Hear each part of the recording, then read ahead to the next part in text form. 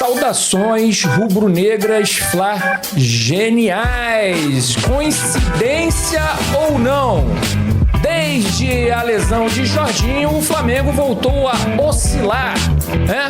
E agora o rubro-negro corre contra o tempo para ter um volante na grande decisão da Libertadores. Hoje teve atualização quente no Ninho, Jorginho treinou, foi relacionado, né? E tem novidade também sobre Gonzalo Plata. E até o Neyman White do Maracanã vem comigo, meu querido, que eu te conto tudo. Mas antes de tudo, deixe seu like, se inscreva no canal, seja um Fla Genial, acione o sininho da notificação e fique sabendo de tudo, mais querido, mais amado, o mais idolatrado Flamengo. Torcedor rubro-negro, segura essa bomba. Jorginho treinou sem restrições e está confirmado na lista de relacionados para...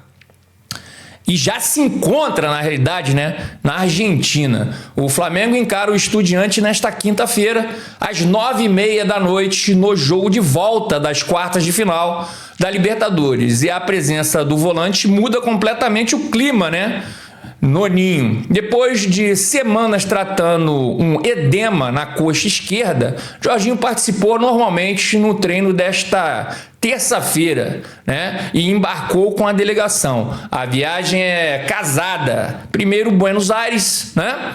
Que já estão lá, chegaram ontem. Depois São Paulo para enfrentar o Corinthians no domingo. Mas calma, estar na lista não garante, pessoal, não garante que ele será titular. A decisão final vai depender de como o jogador reagirá aos últimos treinos, né? Inclusive o Flamengo treina hoje na Argentina, então vai depender muito desse último treino. O que acontece já em solo argentino, como eu acabei de explicar. E a expectativa é enorme, porque os números falam por si. Desde que chegou, Jorginho fez 15 jogos, com 11 vitórias, 2 empates e só 2 derrotas, um aproveitamento de quase 78%. Com ele em campo, o Flamengo marcou 30 gols e sofreu apenas 10.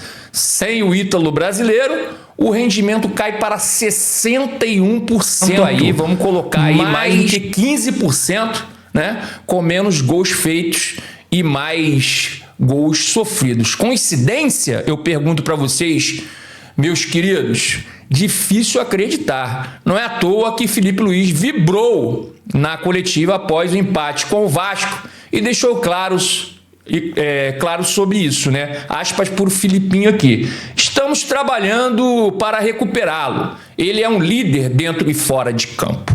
Desde a saída de Jorginho, o time até mantém domínio e posse, mas tem sofrido para transformar volume em vitórias. A última atuação realmente de gala foi justamente a goleada por 8-0 sobre o Vitória, que também foi o último jogo dele. Se a boa notícia é Jorginho, a segunda é Gonzalo Plata. A Conmebol atendeu ao pedido do Flamengo e anulou a expulsão do equatoriano, que agora está liberado para enfrentar o Estudiantes. A decisão gerou revolta na Argentina, com torcedores e imprensa local reclamando de favorecimento, né, ao Flamengo. Mas a entidade justificou dizendo que agiu em nome da justiça esportiva, ou seja, Plata é reforço garantido para a decisão. Só não é garantia de titularidade, né, pessoal?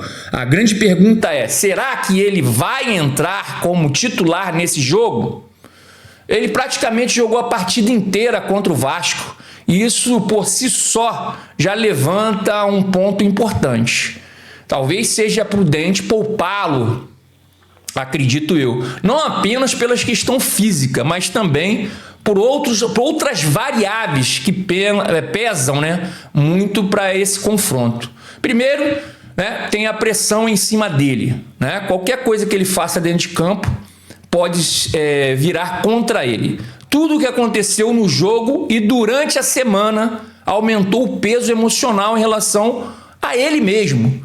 Colocar um jogador nessa situação pode ser na minha humilde opinião, muito arriscado. Segunda, a possibilidade de ele ser caçado em campo.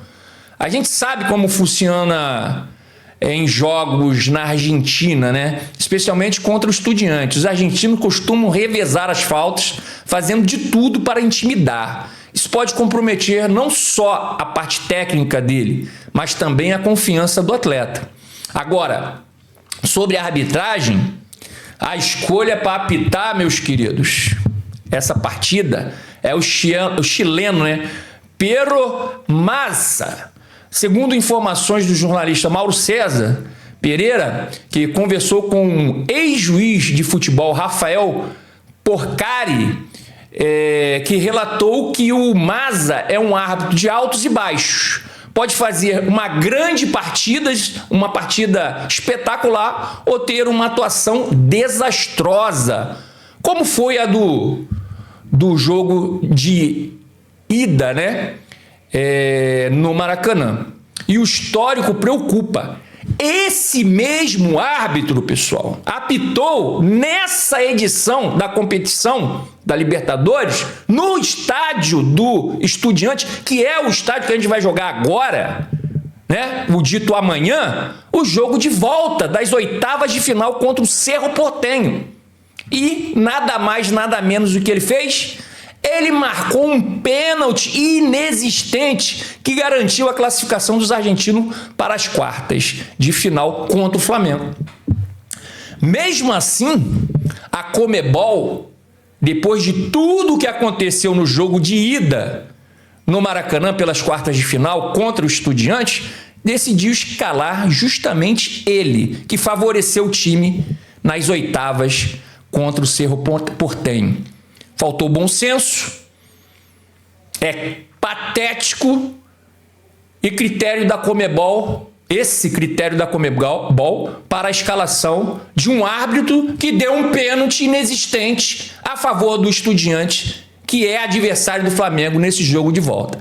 Com todos esses fatores, desgaste físico, pressão emocional, risco de faltas violentas e uma arbitragem imprevisível, na minha humilde opinião, a entrada do Luiz Araújo seria a solução mais inteligente para esse jogo na Argentina. Certo? Né? Com a volta do Jorginho, Plata liberado e Pedro em grande fase, o Flamengo tem tudo para entrar em campo com força quase máxima. A única ausência confirmada é Pulgar, que ainda se recupera da fratura no pé e só deve voltar em outubro. A tendência é que, caso o Jorginho seja poupado, a dupla de volantes seja formada por De La Cruz e Saúl Ñíguez, que já deram conta do recado em outras partidas. E tem mais notícias de bastidores quentes. O presidente Luiz Eduardo Batista, o BAP, revelou que 3 empresas estão interessadas nos naming rights, né, do Maracanã. Isso mesmo. O estádio mais famoso do Brasil pode ganhar um nome comercial em breve. E o Flamengo já negocia diretamente com o governo do Rio para viabilizar o acordo. A expectativa é que, com um contrato fechado, a receita do clube com o Maracanã ultrapasse os 200 milhões de reais por ano, aumentando a força financeira do rubro-negro para manter um elenco estrelado. Agora o foco é total na Libertadores. O Flamengo venceu o jogo de ida 2-2, né? A 1 no Maracanã, e se classifica com um simples empate na Argentina. Se perder por 1 gol de diferença, a decisão vai para os pênaltis. Felipe Luiz, que já mostrou ousadia ao poupar titulares contra o Vasco, deve levar a campo o que tem de melhor. E a grande dúvida é se Jorginho terá condições de começar jogando. O torcedor, claro, já faz as contas com o Jorginho em campo. A qualidade do meia muda de patamar. Ele e Saúl formam a dupla mais elogiada da América do Sul e foram, né, fundamentais para a arrancada que recolocou o Flamengo como favorito, né, do Brasileirão. E na Libertadores, e convenhamos, né, se o Mengão repetir, né, o futebol que apresentou no primeiro tempo contra o Estudiantes no Maracanã, a vaga na semifinal é mais do que possível. Pessoal, vou falar um pouquinho agora do Jorginho. Pelo histórico, tá, pessoal? Talvez isso não se concretize pela importância do jogo, né? Na Argentina agora, né? Uma quartas de final, Flamengo se empatar vai para os pênaltis, se perder por um gol de diferença vai para os pênaltis, né? E se empatar ou ganhar, ele passa, né? Pela essa importância, talvez até o Jorginho possa começar o jogo. Mas ele ficou muitas semanas fora. Eu não acredito muito que essa comissão técnica vai arriscar tanto assim. Talvez ele entre durante a partida. Essa é a minha opinião mais clara. Mas pela importância do jogo, ele pode começar jogando, né?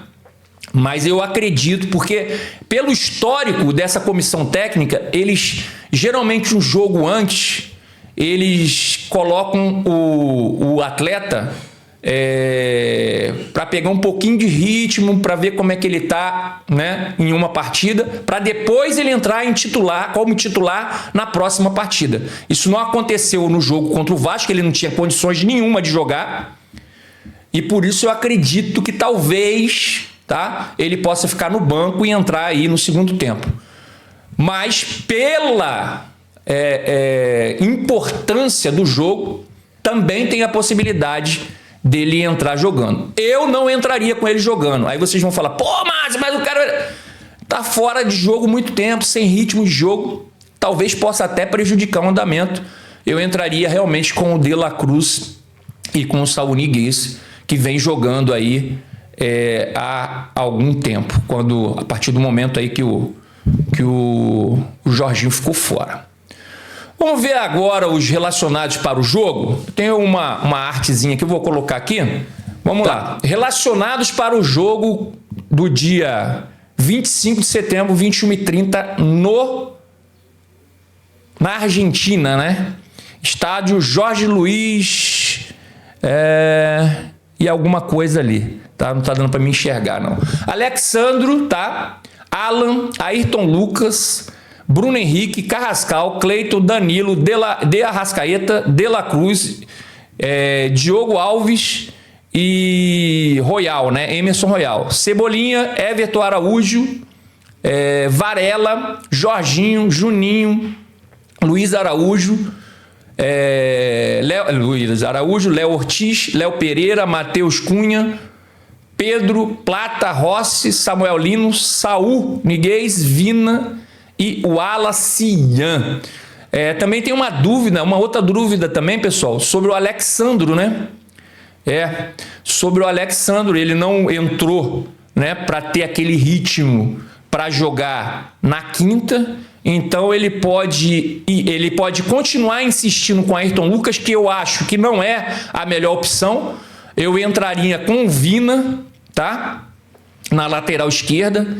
Mas é aquilo que a gente falou, pela importância do jogo, talvez ele possa entrar com o Alexandro. Pelo histórico, como eu venho falando, como eu falei aqui no vídeo anteriormente, pelo histórico, essa comissão não costuma colocar jogador voltando de lesão como titular numa partida direta. Eles geralmente colocam numa partida anterior para pegar um pouquinho de ritmo durante a partida, e aí sim, na partida seguinte, eles colocam o atleta como titular, tá? Então eu não vejo ele entrando como titular, mas tem sim a possibilidade pela importância do jogo dele entrar. Agora eu quero saber de você, torcedor rubro-negro. Jorginho deve ser titular mesmo voltando de lesão, ou é melhor segurá-lo para o segundo tempo, né? Coisa que pode acontecer. E você acredita que essa oscilação do time tem mesmo a ver com a ausência dele? Deixa aqui nos comentários, porque amanhã O dito amanhã, quinta-feira, promete ser mais uma noite histórica, né? Para o Mengão. Bem, pessoal, vamos ficando por aqui. Créditos GE, O Globo. E, meu querido, não se esqueça, meu querido, deixe seu like, se inscreva no canal, seja um Fla Genial, acione o sino da notificação e fique sabendo de tudo, mais querido, mais amado, mais idolatrado Flamengo. Que Deus ilumine os passos de todos nós. Saudações rubro-negras!